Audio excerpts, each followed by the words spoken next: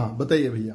जैसे मेरा कहना ये है, जैसे ये दवा ली तब से मैंने, जैसे तुअर की दाल, चावल, ये चीजें मेरे को बिल्कुल सूट नहीं होती। अच्छा, पहले आप तुअर की दाल खाते थे तो क्या होता था और इसको लेने के बाद आपको क्या फायदा हुआ? जैसे तुअर की दाल खाता था तो बिल्कुल 1 घंटे भर बाद उल्टी जैसा मन, उल्टी होना, या फिर दिन में नहीं उल्टी हुई तो सुबह मुंह धोते टाइम बिल्कुल सुबह खड़िया पुण्य वही दाल पलट जाती थी, दाल की दाल ही जैसी। अब इसको लेने के बाद? इससे लेने से मतलब आप जब से मैं ये दवा लिया हूँ तब से तुअर के दाल ही खा रहा हूँ। कुछ भी मतलब ऐसा कहीं महसूस ही नहीं हुआ कि छाती में दर्द हो रहा था, कि एसिडिटी हो रही है, ऐसा कुछ भी नहीं मालूम पड़ रहा है।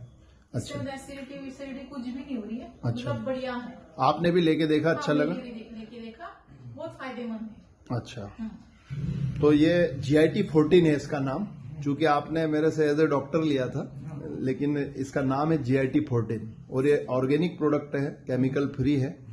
तो ये बहुत बड़ी बात है कि आपको इससे आपकी तुअर की दाल की एलर्जी खत्म हो गई है।